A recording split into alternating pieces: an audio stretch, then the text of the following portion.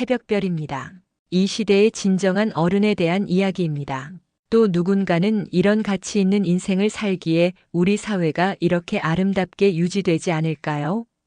1997년 11월의 어느 새벽, 부산시 영도구의 골목 깊숙한 곳에 자리 잡은 낡은 서점. 지혜서원에서는 매일 5시가 되면 어김없이 불이 켜집니다. 58살의 박종민이 묵직한 철문을 밀며 하루를 시작하는 순간이죠. 그의 손은 40년 넘게 쌓인 거친 세월의 흔적으로 가득합니다. 굳은 살이 박혀 있고 주름이 깊게 패여 있지만 책을 만질 때만큼은 갓난아기를 어루만지듯 깃털처럼 부드럽게 움직입니다. 고급 양복 대신 아내가 다려준 깔끔한 면셔츠를 입은 그가 가장 먼저 하는 일은 계산대 서랍. 깊숙한 곳에서 두툼한 통장을 꺼내 잔액을 확인하는 것입니다. 통장에는 부산시 곳곳에 있는 여러 부동산에서 들어오는 임대료가 매월 규칙적으로 기록되어 있었죠. 박종민은 잠시 눈을 감고 40년 전을 떠올립니다. 9살 소년이었던 자신이 한겨울 거리에서 신문지 몇 장을 깔고 떨며 잠들던 그 밤을 말이죠. 배고픔과 추위, 그리고 세상에 혼자 남겨진 듯한 절망감이 뼈속까지 스며들던 그 시절. 고아원에서도 쫓겨나 혼자 살아남기 위해 구두 닦기와 심부름꾼을 하며 하루 한 끼로 버티던 나날들. 그런데 어느 추운 겨울밤, 낡은 헌책방 할아버지가 건넨 말 한마디가 그의 인생을 송두리째 바꿔놓았습니다. 얘야, 추우면 여기서 책 읽고 있어도 돼. 그 말이 얼마나 큰 온기였는지, 그 온기가 어떻게 한 사람의 인생 전체를 바꿀 수 있는지를 박종민은 누구보다 잘 알고 있습니다. 이제 그가 그 할아버지가 되어 누군가에게 온기를 전할 차례라고 생각하고 살아왔으며 인생의 진정한 가치가 무엇인지 나이가 들수록 느끼는 것 같았습니다. 봉투에 독서 장려금이라는 글씨만 단정하게 적고 보내는 이의 이름은 어디에도 없습니다. 그는 이 봉투들을 책장 사이사이에 끼워둡니다. 서점을 둘러보며 그는 혼잣말을 합니다. 40년 전 그 할아버지께서 내게 해주신 것처럼 나도 누군가에게 빛이 되어주고 싶어. 그렇게 오늘도 박종민은 조용히 서점 문을 활짝 열어둡니다. 그해 겨울 부산시에는 유난히 매서운 폭우가 쏟아지던 밤이 있었습니다. 마치 하늘이 울고 있는 것처럼 굵은 빗방울들이 땅을 때리고 있었죠. 고등학교 3학년인 이현수는 비에 완전히 젖은 몸을 떨며 지혜서원 처마 아래서 비를 피하고 있었습니다. 18살 소년의 얼굴에는 절망과 무력감이 깊은 그림자처럼 드리워져 있었죠. 바로 그날 오후 현수의 인생은 송두리째 무너져 내렸습니다. 아버지의 사업 실패로 살던 집이 경매에 넘어갔다는 법원의 최종 통지서를 받은 것입니다. 어머니는 일주일 전부터 연락이 두절된 상태였고 아버지는 빚쟁이들의 협박을 피해 어디론가 종적을 감춰버렸습니다. 대학 입시를 코앞에 둔 현수에게는 갈 곳도 의지할 사람도 남아있지 않았죠. 그는 무작정 거리를 헤매다가 이곳에 멈춰 섰습니다. 처마 끝에서 떨어지는 빗물이 그의 눈물과 섞여 흘러내렸고 몸을 감싸는 차가운 바람은 마치 세상이 자신을 버렸다는 것을 알려주는 듯 했습니다.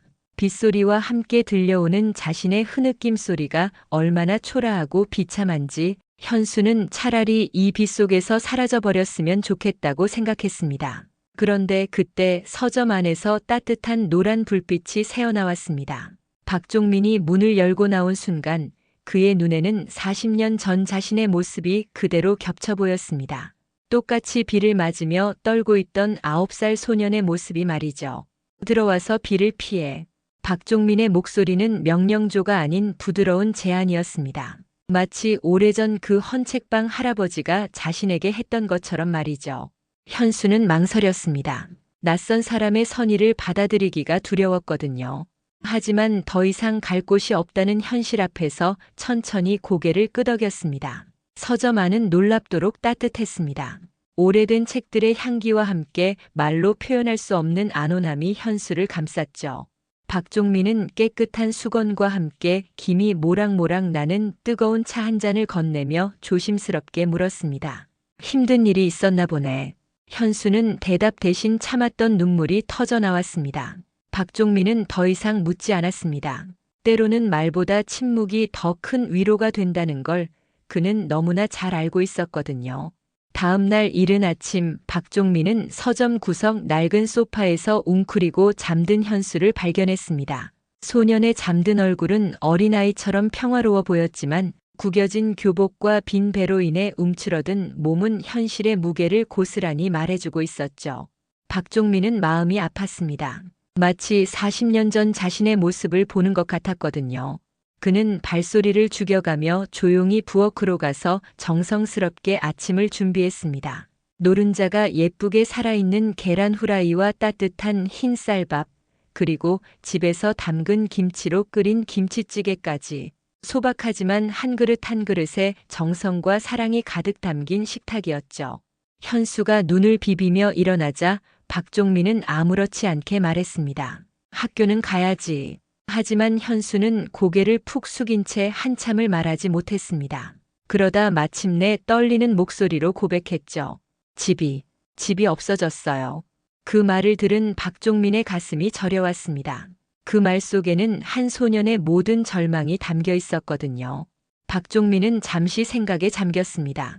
40년 전 그 헌책방 할아버지가 자신에게 해주었던 것을 이제 자신이 해야 할 때가 온 것 같았습니다. 천천히 입을 열었죠. 2층에 작은 방이 하나 있어. 책 정리 도우면서 지내지 않을래? 현수는 믿기지 않는다는 표정으로 박종민을 바라봤습니다. 세상에 이런 기적 같은 일이 정말 일어날 수 있을까요? 눈물이 다시 한번 터져 나왔지만 이번은 슬픔의 눈물이 아니라 감격의 눈물이었습니다. 박종민은 따뜻한 미소를 지으며 덧붙였습니다. 조건이 있어. 학교는 꼭 다녀야 하고 공부도 게을리하면 안 돼. 그리고 무엇보다 좋은 사람이 되어야 해. 현수는 눈물로 범벅이 된 얼굴로 고개를 끄덕였습니다. 그날부터 현수의 진짜 인생이 시작되었습니다. 박종민은 2층으로 현수를 안내하며 말했습니다. 이제부터 여기가 내 집이야. 집이라는 단어가 이렇게 따뜻하고 소중할 수 있다는 걸 현수는 그때 처음 알았습니다. 석 달이 흘렀습니다. 현수는 박종민과 함께 생활하며 그의 일상을 세심하게 관찰하게 되었죠. 매일 새벽 5시에 일어나 서점 문을 여는 박종민의 모습, 낡고 해진 옷을 입으면서도 좋은 책은 아끼지 않고 사들이는 모습, 자신은 라면으로 끼니를 때우면서도 가난한 학생들에게는 후원을 멈추지 않는 모습까지. 현수에게는 모든 것이 수수께끼였습니다. 부자라는 걸 깨달았지만, 그런데 왜 이렇게 검소하게, 아니 초라할 정도로 절약하며 살까요?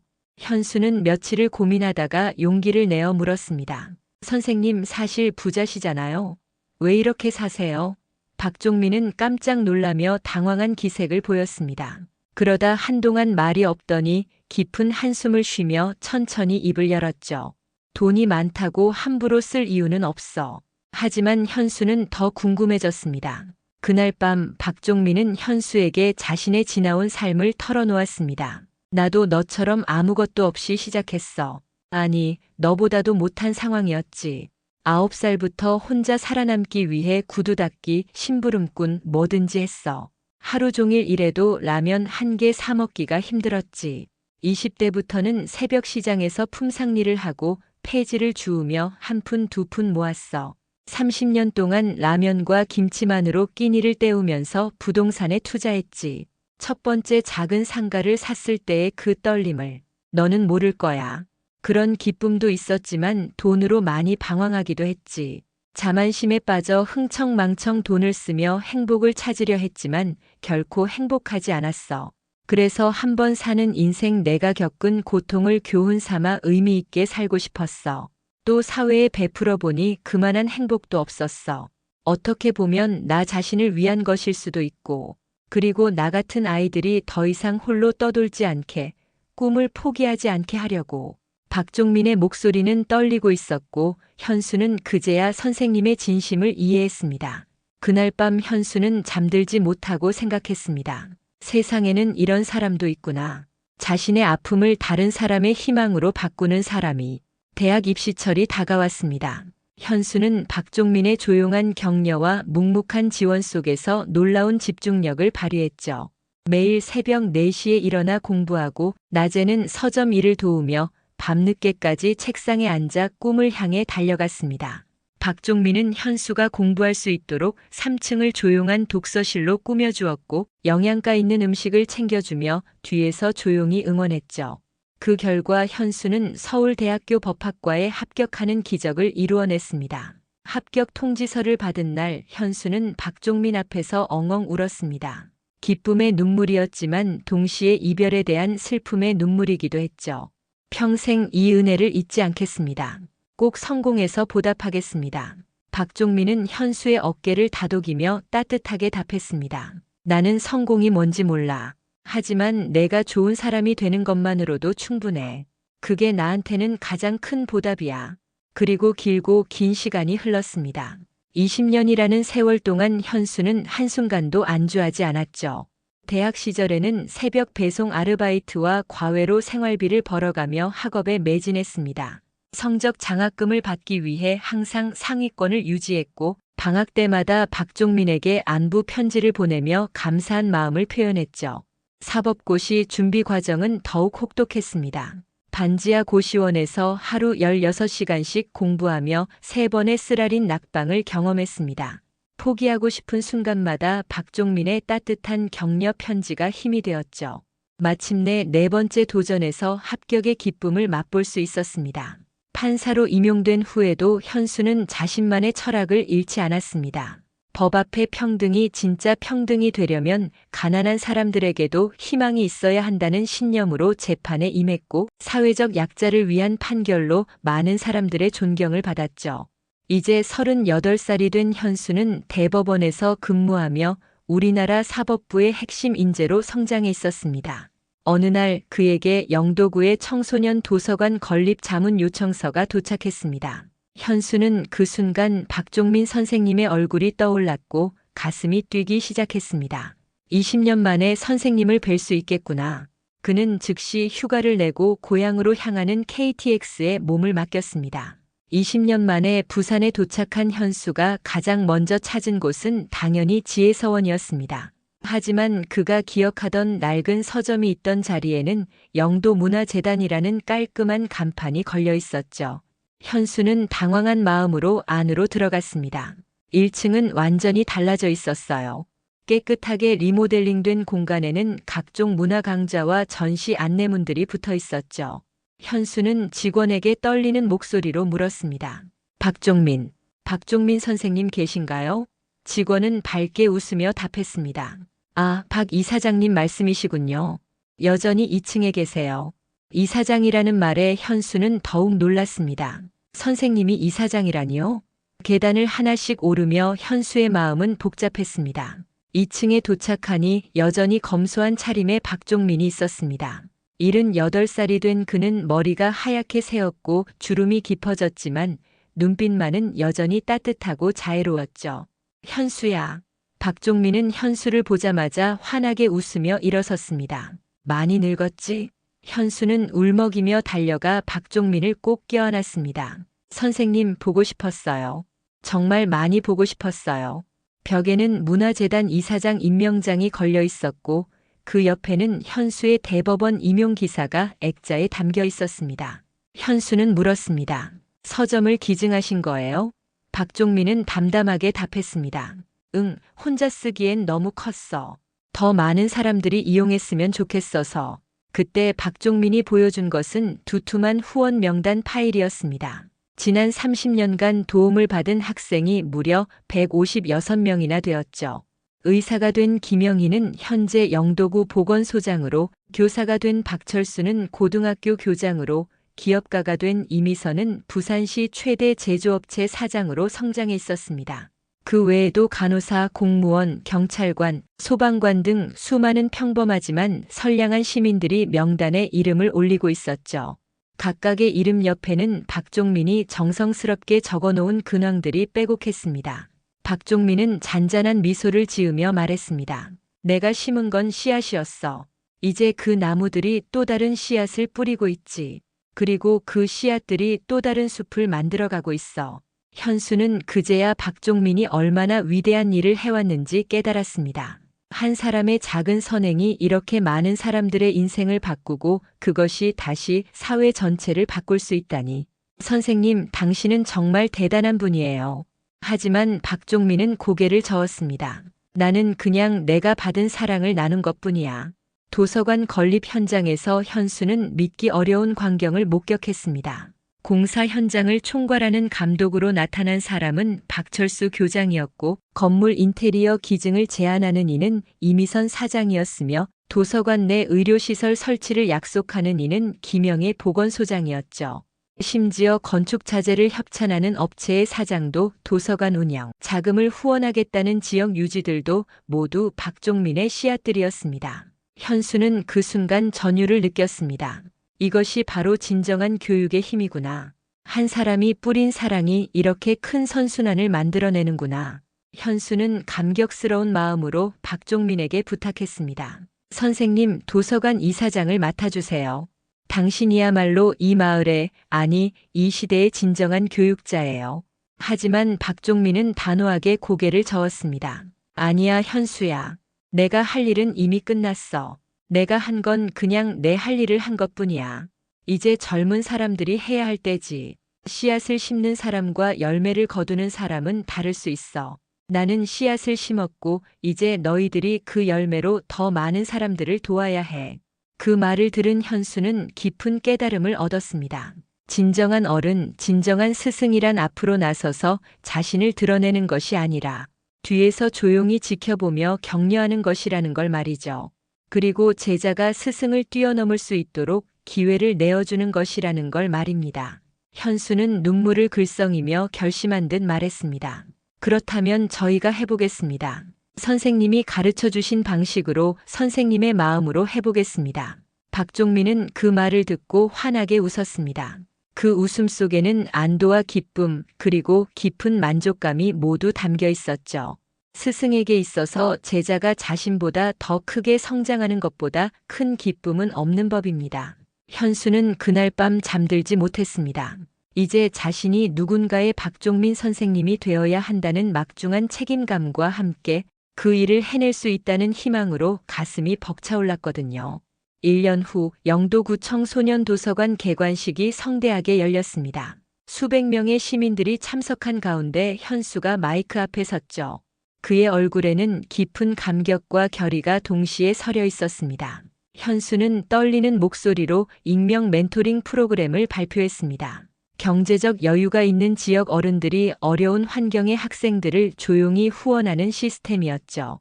이 프로그램의 가장 특별한 점은 후원자와 수혜자가 서로를 모른다는 것이었습니다. 마치 박종민이 그랬던 것처럼 말이죠. 김영애 보건소장이 일어나 무료 건강검진 프로그램을 발표했고, 박철수 교장은 진로 상담 및 학습 멘토링을, 이미선 사장은 직업체험 및 인턴십 프로그램을 각각 약속했습니다. 그리고 박종민이 지난 30년간 도움을 준 156명의 후원자들이 모두 익명으로 이 프로그램에 참여하기로 했죠. 더욱 놀라운 것은 이들이 각자 또 다른 사람들을 설득해 후원자 네트워크가 300명을 넘어섰다는 것이었습니다. 현수는 연단에서 감격스러운 목소리로 말했습니다. 한 사람이 심은 작은 씨앗이 숲을 만들었습니다. 그 숲에서 자란 나무들이 이제 또 다른 씨앗을 날리고 있습니다. 우리는 그 숲이 되어 더 많은 씨앗을 심어야 할 때입니다. 객석 맨 뒤에 앉은 박종민은 조용히 눈물을 흘리며 미소를 지었습니다. 개관식이 끝난 후 현수는 박종민을 찾아가 말했습니다. 선생님, 이제 정말 시작인 것 같아요. 박종민은 현수의 어깨를 다독이며 답했습니다. 그래, 이제 진짜 시작이야. 너희들이 만들어갈 세상이 정말 기대된다. 5년이 흘렀습니다. 83살이 된 박종민은 여전히 문화재단 2층 작은 방에서 살며 매일 아침 창문을 통해 도서관으로 향하는 학생들을 바라봅니다. 그의 책상 위에는 전국 각지에서 온 편지들이 한 뭉치씩 쌓여 있었죠. 부산에서 온 덕분에 의사가 되었습니다라는 편지, 제주도에서 온 비슷한 프로그램을 시작했습니다라는 소식, 심지어 캄보디아에서 교육봉사를 하고 있다는 해외 소식까지 박종민은 하나하나 정성스럽게 읽으며 답장을 써나갔습니다. 그의 마음은 그 어느 때보다 충만했죠.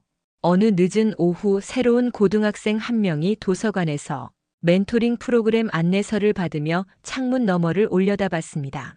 그 학생의 눈에는 현수가 20년 전 가졌던 것과 같은 절망과 희망이 동시에 서려 있었죠. 박종민과 학생의 눈이 마주쳤습니다. 박종민은 살며시 고개를 끄덕이며 따뜻한 미소를 지었습니다. 그 미소 속에는 괜찮다, 너도 할 수 있어, 포기하지 마라는 무언의 격려가 담겨 있었죠. 학생은 그 미소를 받고 다시 용기를 내어 도서관 안으로 들어갔습니다. 박종민은 창가에서 그 모습을 지켜보며 혼잣말을 했습니다.